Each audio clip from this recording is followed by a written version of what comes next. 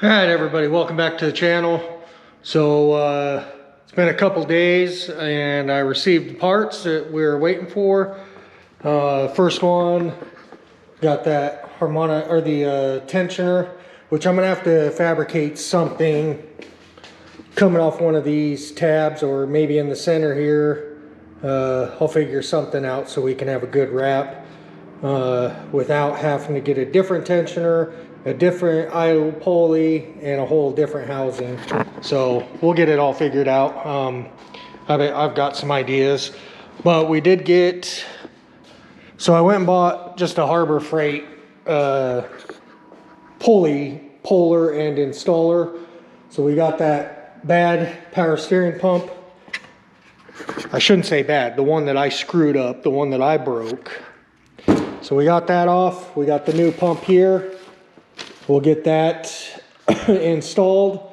Get the new pulley, or the pulley that came with the kit installed on there.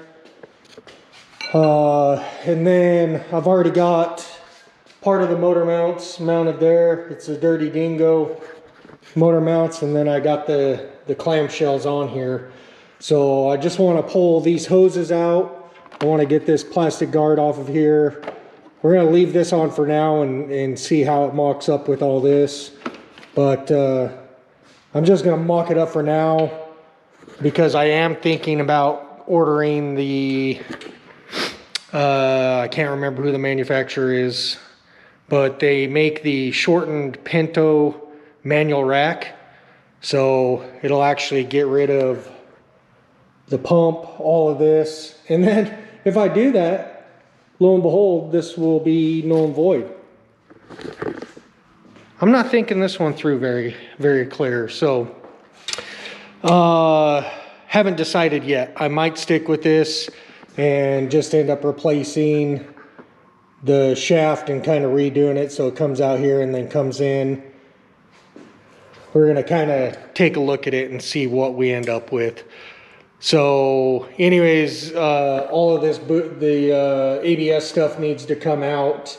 So all those lines are going to be coming out. And the AC box needs to come out. And then eventually, when I start tearing apart the interior, this brake booster needs to come out because I've got the Motion Raceworks conversion over to manual brakes. So all of that stuff will be coming out.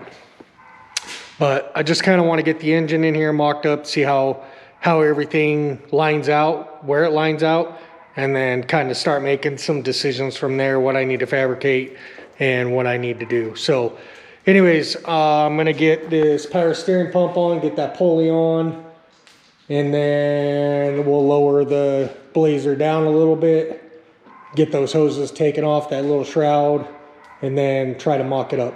So I'll be right back with you guys. All right, so we've got the fender wells completely out, stripped out. Got the cover off here, the hoses off. Kind of move the wires away. Zip tied up these fuel lines, which all these fuel lines are probably going to go anyways.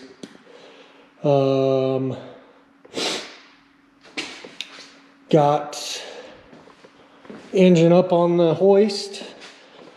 Got that new power steering pump and pulley installed. Didn't blow out the back end. That was awesome. Guess I should show you guys on camera instead of pointing over here, right? So yeah, we got that all installed. Everything's looking good there.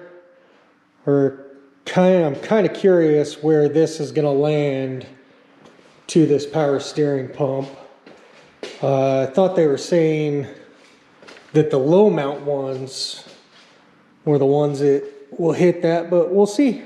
So I'm going to put you up on the put you up on the damn tripod and do a little time lapse getting this in, kind of fitting it in, and see how everything goes.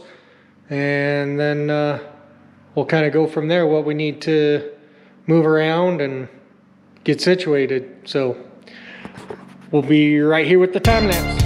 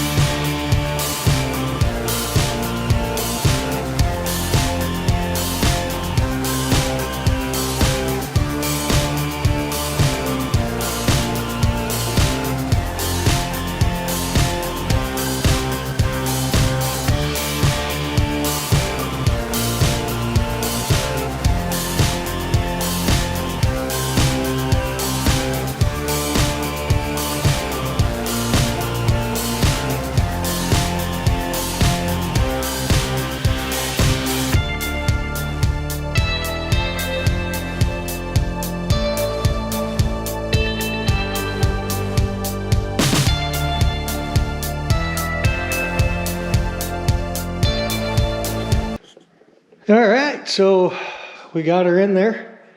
It was a little bit of a struggle. You'll see there's 2 time lapse together. The way I had the actual hoist positioned, this thingy positioned, the top of it kept hitting the firewall right here. So I had to bring it out, set it on some blocks, and just reposition that lower. And then I was able to swoop it in. It's actually leaning backwards just a little bit right now, but I mean, we still got clearance, still got a good amount of room back here for the bell housing and everything. We'll have to see with that 4L80. But good thing is the power steering clears perfectly, no problems. Except for, and we'll have to look into some different manifolds. I know they make swap headers, and I think the hooker manifolds for the turbo are designed to work with this. They may actually have a different one. Whatever the case is, I'm going to figure out something. If we can't figure it out to snake it down through there and around the back and over, we'll just do forward facing, up and over, or up and forward manifolds, so, or headers, whatever the case may be. But like I said, she's in there. We still need to get all of the ABS stuff tore out, which I'll definitely get out of here. I just wanted to mock this up and see what I was looking at. And it comes forward, which I don't want it to lean forward that much, so. But right now, if I push it all the way back, those fuel lines are hitting. But we're gonna tear those fuel lines out anyways. So, yeah, I mean, we got her in there, looking great. We'll lift her up and look underneath here real quick.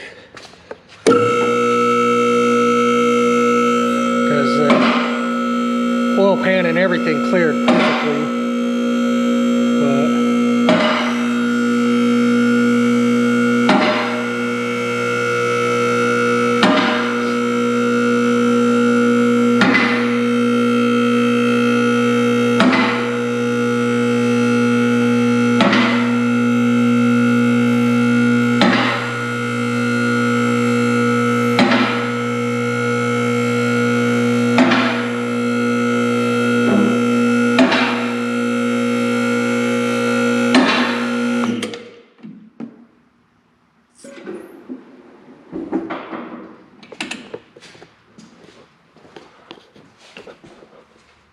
So yeah, here's a little shot from behind.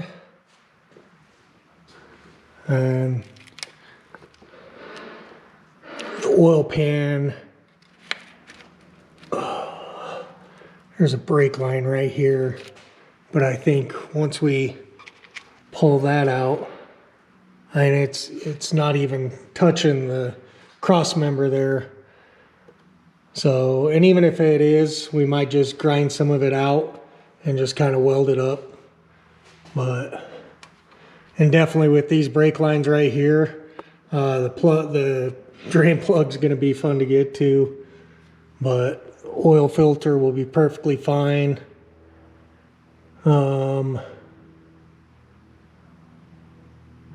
Yeah, other than that, I mean, it's in there. See, the fuel lines are just hitting the head right there. So once we get rid of all these, just trying to figure out if we're going to do, I'm sure we're going to do a fuel cell on it.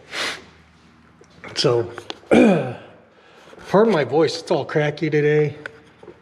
But I definitely want to do, this won't be a very long video, but I wanted to do one kind of getting it mocked up in here and see what we needed to do.